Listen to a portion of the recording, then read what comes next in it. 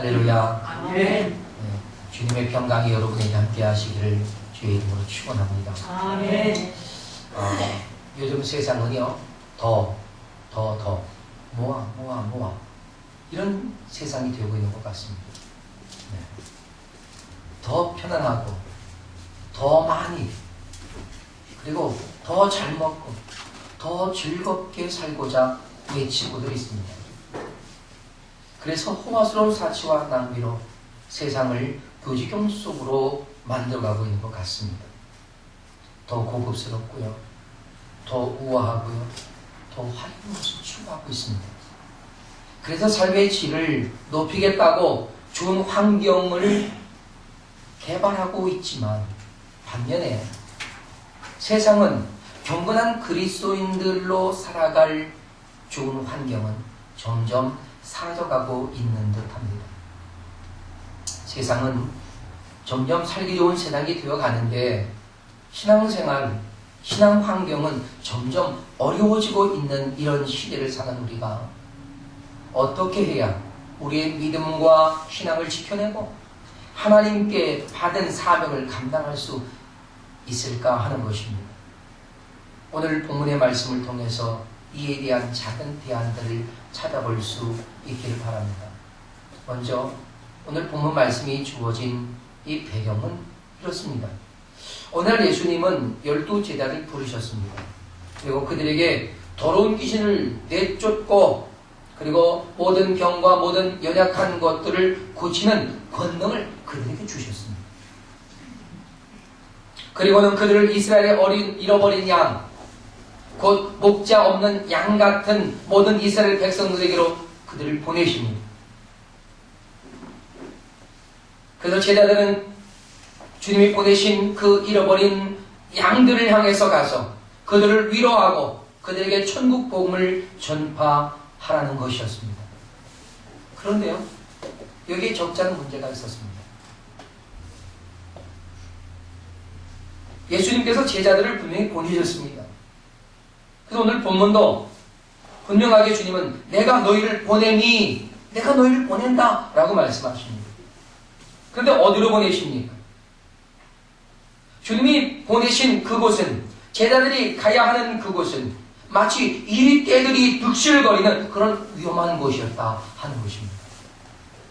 주님이 좀 보내시면 좀 안전한 지대로 보내실 것인데 왜 이렇게 위험이 도사리고 있는 그런 곳으로 보내셨을까 하는 것입니다. 그 위험 속에 신음하고 있는 주님이 찾아야 할 잃어버린 영혼이 있었기 때문인 줄로 믿습니다. 그래서 예수님은 이리 같은 그런 사람들을 조심할 것을 제자들에게 당부하는 겁니다. 조심해라. 제발 조심해라. 제발 조심해라. 그들은 너희를 잡아서 모진 핍박을 가할 수 있다. 아니, 가할 것이다. 그러니 특별히 그들을 조심하면서 천국 복음을 전파하고 땅에 잃어버린 영혼들을 위로하고 내가 너에게 준 권능을 가지고 그들을 치료하고 더러운 귀신들을 쫓아내라.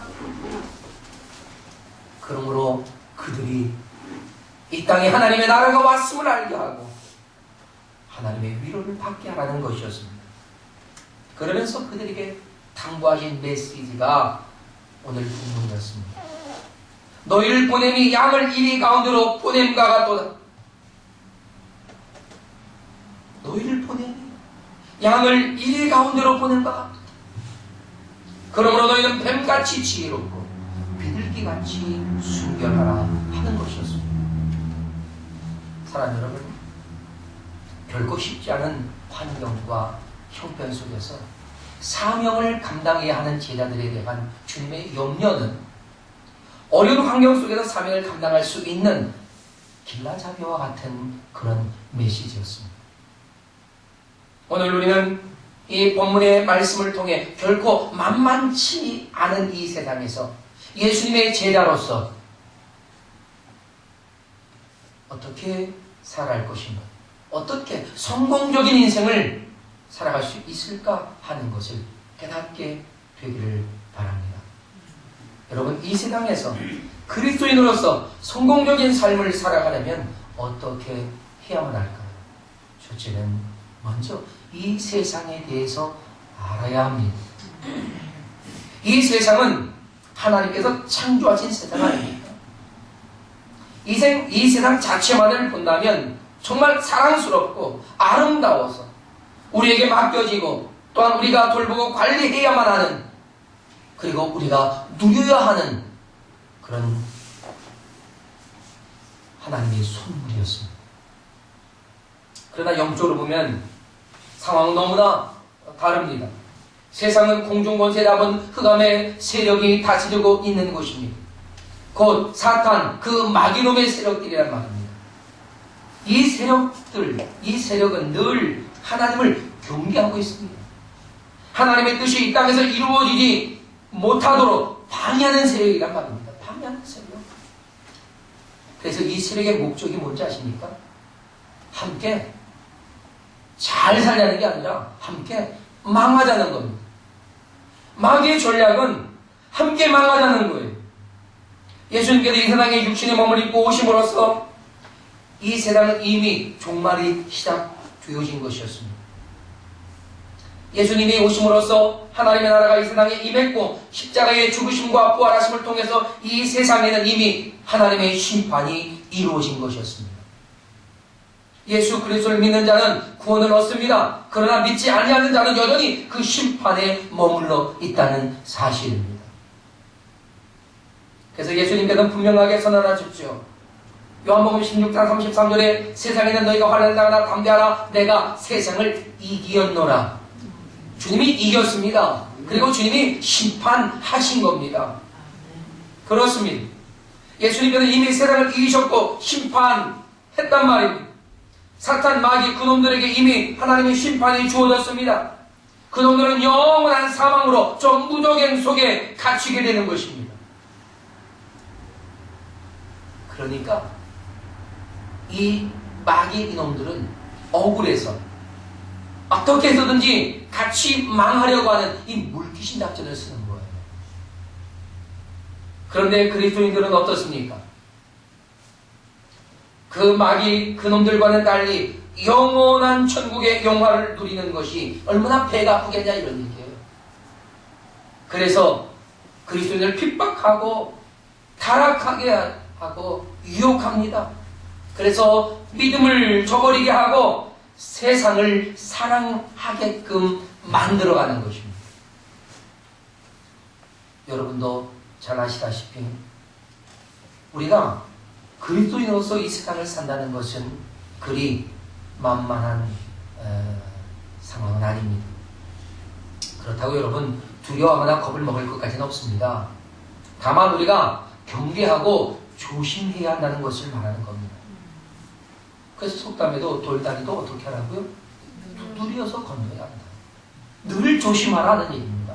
항상 신중하고 조심해야 한다는 것을 가르쳐 주는 거죠. 세상은 우리 그리스도인들에게 때로는요 굉장히 험하게 무력으로 박해를 가합니다. 그러나 때로는 아주 편안함을 주면서 우리를 좀 더 편안하게 좀 더 쉽게 하려고 하는 그런 유혹으로 우리를 끌어당긴단 말입니다. 이처럼 세상은요 교활하면서도 거칠고 무자비하게 이 그리스도인들을 대적하고 있다는 사실을 우리는 알아야 합니다. 우리가 흔히 말하는 이 흑암의 세력은요 하나님의 뜻을 방해한단 말입니다. 그래서 세상을 성적으로 타락시키고 있습니다.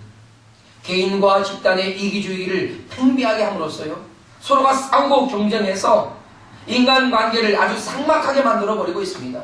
그래서 우리는 하나님의 창조하신 세상을 원래대로 회복시키려고 하는 생명운동을 일으키고 있는 겁니다. 하지만 여기에 반해서 사탄의 세력은 또다시 이 세상을 끝없이 망가뜨려 부패하게 하고 함께 망하려고 하는 그러한 그들의 수작을 부리고 있는 겁니다. 그러니 어떤 과학이든 발달만 하면 그것을 먼저 악하게 이용하려고 온갖 더러운 계책을 사용하고 있지 않습니까? 인터넷만 봐도요 인터넷이 얼마나 좋은 겁니까? 그런데 그 좋은 것이 아주 아주 몹쓸 곳으로 환경을 바꿔버렸단 말입니다. 그렇지 않습니까? 세상의 문화가 문명이 발전하면서 우리는 더 많은 하나님이 주신 그 은혜들을 누릴 수 있는 상황임에도 불구하고 이것을 아주 더럽게 오염시켜버려서 우리는 세상의 문화가 더 이상 하나님을 예배하는 문화가 아닌 세상에 더럽고 타락해져가는 문화로 계속 변질되고 있다는 것입니다. 사랑하는 여러분, 온 세상이 마귀 그놈의 더러운 입에서 나오는 이 거미줄처럼 악한 것들이 가득 위험의 요소로 깔려져 있습니다. 이런 곳을 피해서 하나님의 거룩한 일을 이룬다는 것, 여러분 얼마나 어렵겠습니까? 온 세상이 이 마귀 그놈이 쳐놓은 이 덫으로 가득하단 말이죠. 그러니 이런 세상에서 하나님의 뜻을 이루어야 할 그리스도인의 삶이 결코 만만치만은 않았다는 것입니다. 예수님은 바로 이런 것을 의미하는 겁니다. 그래서 내가 너희를 보냄이 양을 이리 가운데로 보냄과 같도다 라고 말씀하셨던 거예요. 그렇다면 이 세상에서 예수 그리스도를 따르는 우리 그리스도인들은 어떻게 성공적으로 그 주어진 사명을 감당할 수 있겠느냐 하는 겁니다. 예수님께서는 그 방법을 아주 간결하면서도 명료하게 말씀해 주셨습니다. 그런데 이 악의 덫으로 촘촘한 이 세상에서 어떻게 성공적인 사명을 감당할 수 있겠느냐 하는 것이었습니다. 그것은 첫째, 뱀같이 지혜로워야 한다는 것이었습니다. 뱀같이 지혜로워. 여러분, 뱀같이 지혜로우라고 하는 이 말은요, 사실 고대 근동 지역에서는 널리 사용되었던 속담이었습니다. 이집트에서도 뱀은 아주 지혜로운 동물을 상징하는 것이었어요. 여러분, 사실 뱀은 얼마나 징그럽습니까? 저도 개인적으로요, 뱀 하면 그냥 오싹합니다. 네, 아주 싫어요. 근데 뱀은 이처럼 징그럽긴 해도요, 자기가 처한 위험 상황에서는요, 아주 능란하고 그리고 신속하게 빠져나가는 아주 기묘한 그런 지혜를 가지고 있단 말입니다. 이런 면에서는요, 뱀을 당할 만한 동물이 없답니다. 네. 따라서 예수님께서 이런 뱀과 같이 지혜로워야 한다고 하신 것은요, 생명을 노리고 쫓아오는 원수들의 계교에서 지혜롭게 벗어날 줄 알아야 한다라고 하는 것이었습니다. 우리는 마치 악의 거미줄로 이루어진 이 세상에서 그 거미줄에 걸려들기만 하면 이 생명의 안전을 보장받을 수 없는 이런 상황에서 뱀같이 지혜가 필요하다라고 하는 것입니다. 여기서 뱀 같은 지혜, 이거는요, 뱀의 교활함을 결코 의미하지 않습니다. 거기엔 뱀의 교활함을 상징하고 있는 의미가 전혀 없습니다. 뱀은 교활하지만 그 교활함을 말하지 않습니다. 여러분, 교만은요, 지혜가 타락하면 교활함이 되는 거예요. 위험한 상황을 기막히게 피해 나가는 바로 이런 뱀의 지혜, 그것을 말하는 거죠. 그러니까 우리가 사는 이 시대는요, 이런 위험으로 가득한 세상이다 하는 겁니다. 우리가 세계 중보기도센터를 통해서 기도하면서 우리는 이슬람 권역에 신앙생활하는 사람들이 얼마나 고통 중에 있는가. 지금 이 시간에도 어떤 사람의 생명이 위협이 있고 그들은 죽음을 각오하고 지금 믿음을 선택하고 있습니다. 북한같이 세계에서 박해 지수가 가장 높은 곳에서 예수님을 믿는 사람들, 그들에겐 피해야 할 분명한 위험이 있지 않습니까? 여러분, 예수님은 바로 그런 위험한 상황에서 생명을 보존하면서 맡겨진 사명을 감당해 내라고 하십니다. 피하는 것도 어려운데 거기에 사명까지 감당하라고 하니까 얼마나 힘들겠습니까? 이번에 우리는 연일 보도되는 탈북자 문제로 우리가 마음이 많이 아픕니다. 중국에 거주하는 탈북인들이요, 약 40만 명 정도 된다고 합니다. 그 중에서 지난해 중국 정부에 의해서 공안에 발각돼가지고 북송된 탈북자가 3,600명이 넘습니다. 그리고 그들은 대부분이 총살을 당했거나 그리고 강제노동 수용소에 갇혀서 인간 이하의 취급을 당하고 있습니다. 여러분, 이런 상황을 볼 때 얼마나 힘들고 어려운 세상인가. 중국에 거주하고 있는 이 40만의 탈북자들의 생활, 저는 이리 가운데 보내어진 양같이 보여집니다. 근데 사실 그보다 더 심각한 부분이 있죠. 정말 이리 가운데 있는 양이 있습니다. 그것은 북한에 거주하고 있는 약 40~50만 명이나 되는 그리스도인들입니다. 그리야말로 이리 가운데 보여진 양이 아니겠습니까? 우리는 그들을 위해 기도하는 것을 멈춰서는 안 돼요. 이번 3월 1일 우리가 구국기도회로 모여질 때에 우리는 이들을 위해서 기도할 것입니다. 그들을 위해서 집중적으로 기도할 겁니다. 하나님, 저들에게 하나님의 구원의 손길을 허락해 달라고 기도할 것입니다. 여러분, 2차 세계대전 때 독일이 폴란드를 점령합니다. 그때 폴란드에는 쉰들러라고 하는 한 기업가가 있었습니다.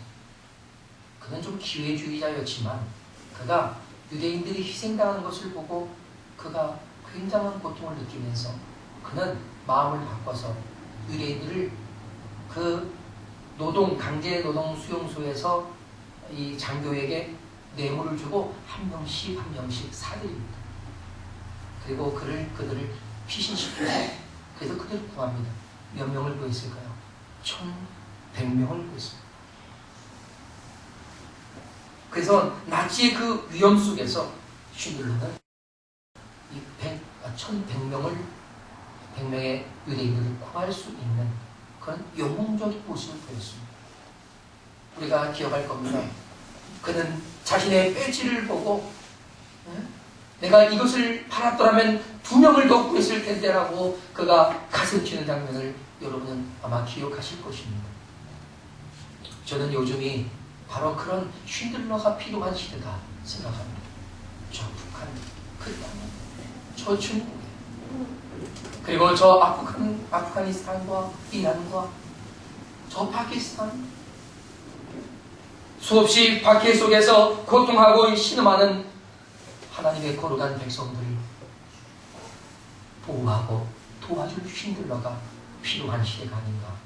그래서 그런 쉰들러와 같은 영웅을 그런 곳곳에 세워달라고 기도할 수 있길 바랍니다.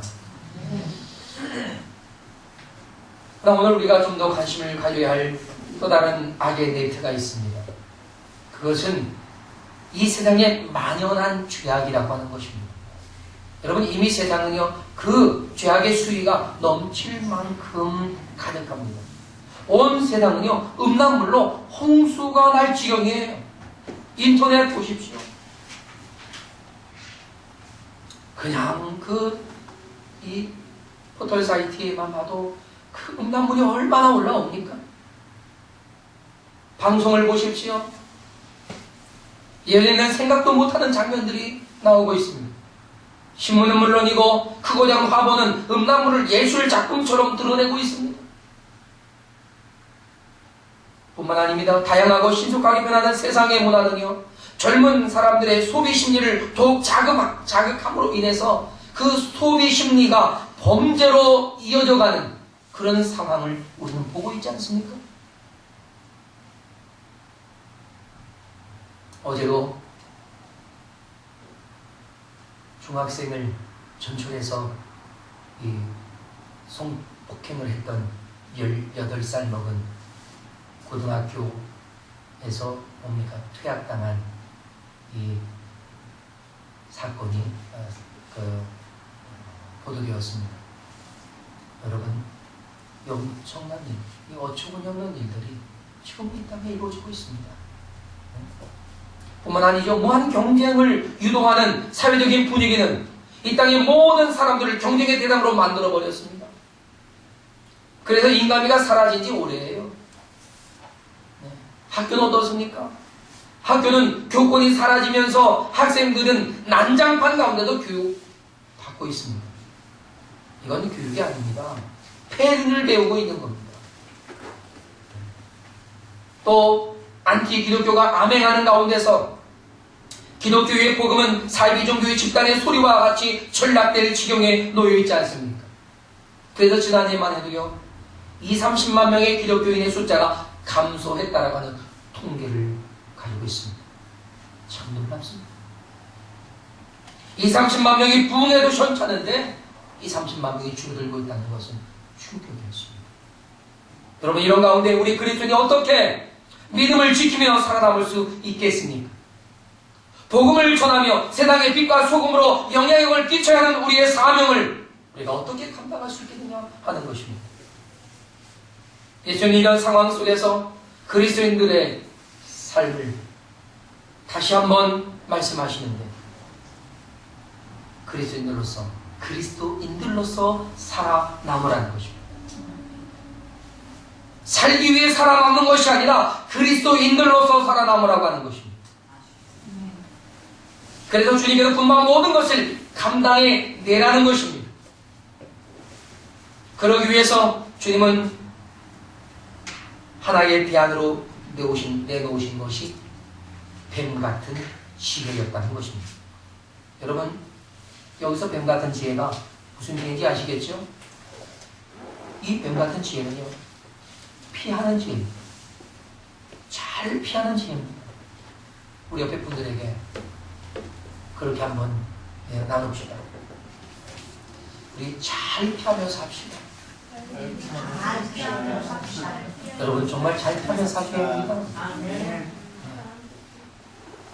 어떤 사람이요, 길을 가다가 딴청 피면에 가다가 글쎄 오물을 밟았답니다. 오물을. 곧장 제대로 갔으면 그렇지 않을 텐데 그냥 가다가 오물을 밟은 거예요. 여러분, 기분이 썩 좋진 않았을 겁니다. 우리가 잘못하면 그런 경우를 당할 수 있다는 거죠. 여러분, 길 가다가 여러분 같은 경우는 딴 생각하다가 그냥 첨벙거리는 물을 딛고 우리가 옷을 적시는 경우가 얼마나 많습니까? 여러분, 조심해야 합니다. 그리고 우리가 늘 주의해야 합니다. 그래서 주님은 이 피하는 지혜를 우리가 가지라는 거죠. 그래서 성경은 이런 것들을 피할 것을 여러 번 강조하셨습니다. 그 중에 디모데전서 6장 1절로 10절, 저는 여러분들이 이것을 한 10번, 아니 100번쯤 읽기를 바랍니다. 한번 찾아보실까요? 디모데전서 1장 6절로 10절. 저는 이 말씀을 현대인의 성경으로 여러분에게 좀 더 이해가 쉽게 하기 위해 읽어드리겠습니다. 디모데전서 6장 1절로 10절. 여러분 성경을 보시면서 저는 현대인의 성경으로 읽어드리겠습니다. 참고하시길 바랍니다. 모든 종들은 당연히 자기 주인을 존경해야 합니다. 그래야만 하나님의 이름과 우리의 가르침이 비웃음을 사지 않을 것입니다. 믿는 주인을 모신 종은 믿는 형제라고 가볍게 여기지 말고 오히려 더 잘 섬겨야 합니다. 이것은 그들의 봉사로 유익을 받는 사람이 바로 사랑을 받는 믿는 신자이기 때문입니다. 그대는 이것들을 가르치고 권하시오. 다른 교훈을 가르치거나 우리 주 예수 그리스도의 건전한 말씀과 경건에 관한 교훈을 따르지 않는 사람은 교만하여 아무것도 알지 못하고 변론과 논쟁을 좋아합니다. 그런 데서 시기와 다툼과 모독하는 말과 좋지 못한 의심이 생깁니다. 그리고 마음이 부패해지고 진리를 상실하고 신앙을 이익의 수단으로 생각하는 사람들에게는 다툼이 그칠 날이 없습니다. 그러나 만족하는 사람 마음으로 경건하게 사는 사람에게 신앙은 큰 유익이 됩니다. 우리가 세상에 아무것도 가지고 오지 않았으므로 아무것도 가지고 가지 못합니다. 우리는 먹을 것과 입을 것이 있으면 그것으로 만족해야 합니다. 부자가 되려고 애쓰는 사람은 시험과 함정에 빠지고 사람을 파멸시키는 여러 가지 어리석고 해로운 욕망에 떨어집니다. 돈을 사랑하는 것이 온갖 악의 뿌리가 됩니다. 이것을 가지려고 열망하는 사람들이 믿음에서 떠나 방황하다가 많은 고통을 당하고 마음의 상처를 입습니다. 현대인 성경이 좀 더 이해가 쉽죠? 그렇습니다. 우리는 너무나 많은 욕심들을 가지고 있습니다. 그것이 우리가 피해야 할 가장 무서운 적이라는 것을 여러분 아십니까? 성경은 말씀하시지 않습니까? 욕심을 잉태한 즉 죄를 낳고 죄가 장성하고 자라나서 사망을 이루게 하는 것입니다. 그렇기 때문에 죄를 잘 피하는 것, 이게 지혜입니다. 우리는 우리 인생을 사망으로 끌고 가는 이 무서운 덫이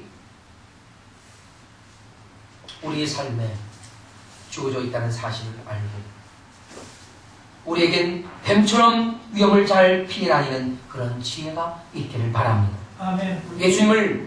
예수님은 위험을 피해가는 것만을 말씀하고 있지는 않았습니다. 여기에 한 가지 더 중요한 것이 강조되고 있지 않습니까? 그렇다면 성공적인 그리스도의 생활을 위해 필요한 또 하나의 이 필요는 무엇이었을까? 그것은 비둘기같이 순결하라는 것이었습니다. 여러분, 악의 도도로 촘촘한 이 세상에서 성공적인 그리스도인으로 살기 위해서 이 두 번째 제안이 주어졌다고 생각합니다. 여러분, 비둘기같이 순결하는 것은요, 아주 단순해진 않은 말이에요.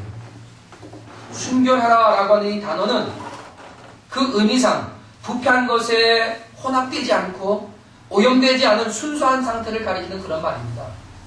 그러니까 거짓이 없고 솔직하고 순진한 것을 말하는 거예요. 네? 여러분, 비둘기는요, 평화와 순결함의 상징이면서도 한편으로는요, 비둘기는 미련하고 어리석은 상징이기도 합니다. 사실 비둘기는 아주 단순하고 순진하기 때문에요, 쉽게 속아 넘어가는 동물이라고 알려져 있습니다. 그래도 호세아 7장 11절에 보아도 어리석은 비둘기같이 지혜가 없다고 비유하고 있습니다. 잘 속아 넘어가는 이 단순함을 가지고 있기 때문에 그래요. 여러분, 비둘기는 순진하고 단순합니다. 그런데 여긴 강점도 있어요. 그렇기 때문에 아닌 것은 결코 아닌 거예요. 타협이라고 하는 것을 알지 못합니다. 잔머리를 굴릴 줄 몰라요. 그러다 보니까 고집도 셉니다. 융통성이라고는 조금도 없어요. 그야말로 융통성이라는 면에서는 빈틈없는 사람, 빈틈없는 그런 짐승이에요. 근데 이런 사람은 어떻습니까? 신앙의 절개가 있는 사람이란 말이죠. 그래서 비둘기같이 순결한 것은 믿음과 신앙의 순결을 의미하는 것이다 하는 겁니다. 그러니까 오직 예수예요. 오직 성경이에요. 오직 하나님께만 영광이에요. 할렐루야. 아멘. 네. 이렇게 비둘기같이 이런 순결함을 지닌 그런 성도의 생활이 되라라는 것입니다. 여러분, 만일 순진한 만을 가지고 있고 지혜가 없다면 어떻게 될까요? 그건 어리석은 거, 그건 무지한 거예요. 세상은 이런 사람을 좋아하지 않습니다. 이런 사람과 함께하는 건요, 굉장히 부담스럽습니다. 네. 그래서 순진한 사람들, 그런 사람들에겐 성숙함이 필요합니다. 또 반대로 순진함을 찾아볼 수 없이 지루한 사람은 어떨까요? 네? 어떨까요? 이런 사람은요, 그야말로 교활한 사람, 간사스러운 사람, 이런 사람도 부담스러워.